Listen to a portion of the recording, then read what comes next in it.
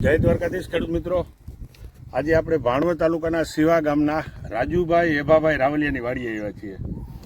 અને રાજુભાઈ એભાભાઈ રાવલિયા લગભગ 2 વર્ષથી એટલે કે ગયા વર્ષથી ધાણા, જીરું, ચણા એમાં ગ્રીન ઇન્ડિયા ખાતરનો ઉપયોગ કર્યો હતો અને એને ખૂબ સારા રિઝલ્ટ મળ્યા છે. અને એ રિઝલ્ટ પછી ગયા વર્ષે એની મગફળીમાં પણ આ જ ખાતર વાપર્યું હતું, ગ્રીન ઇન્ડિયા. અને આ વર્ષે એની ઘઉં ક્યારેય ગ્રીન ઇન્ડિયા સિવાય નહોતા, પણ કે આ વર્ષે મારે ઘઉં વાવવા છે ગ્રીન ઇન્ડિયાથી. અને રાજુભાઈએ ઘઉં વાવ્યા છે. રાજુભાઈ, તમે આ ઘઉં વાવ્યા છે તો તમારી હારે હારે બીજા કોઈ ખેડૂતોએ ઘઉં વાવ્યા હશે, તો એ ઘઉંમાં અને આ ઘઉંમાં તમને શું ફરક લાગે છે?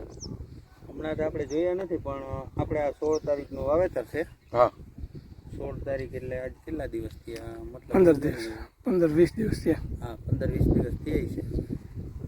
એમાં જોઈ લ્યો ને. અને મારા કાકાનું વાવેલ છે ડીએપીમાં, અને હાઈરોઇડ છે કહો. બરાબર. તો એમાં મારાથી 15 થી આગળ છે. એટલે આમ જનરલ એ બેમાં ડિફરન્સ કેવો લાગે?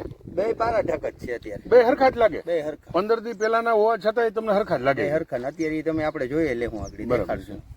પછી બીજું આમાં કોઈ તમે દાખલા તરીકે આપણે બીજી તમારી અગાઉની વાત કરીએ, તમે કોઈ જે ધાણા, જીરું અને ચણા ગયા વર્ષે વાવ્યા હતા, ગયા વર્ષે મગફળી વાવી હતી, એમાં તમારે કોઈ રાસાયણિક દવાના સ્પ્રે કરવા પડ્યા હતા? ને આપણે એક વખત આનો કર્યો હતો, ગ્રીન ઇન્ડિયાનો, પલારી 4 દી રાખી હા, અને પછી કર્યો. એ સિવાય બીજું કંઈ કર્યું નથી? તો ખેડૂત મિત્રો, ખાલી ગ્રીન ઇન્ડિયા ખાતરથી તમારે એક તો તમે રાસાયણિક દવામાંથી પહેલાં બચી શકો. મહત્વની વાત એ છે કે દાખલા તરીકે ડીએપી, યુરિયા તમે વાવો ને પછી તમે દવાના સ્પ્રે ચાલુ રાખો, એની જગ્યાએ ગ્રીન ઇન્ડિયા ખાતર વાવો ને તો તમારે કોઈ જાતના રાસાયણિક દવાના સ્પ્રે નથી કરવા પડતા.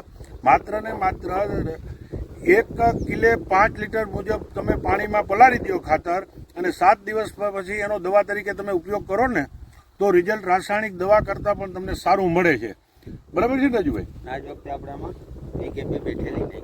બરાબર, સરસ. એટલે 20 કિલો પાયા ખાતર તરીકે આપ્યું છે? હા, સરસ. હવે આમાં આનું દ્રાવણ પલાળી દીધો?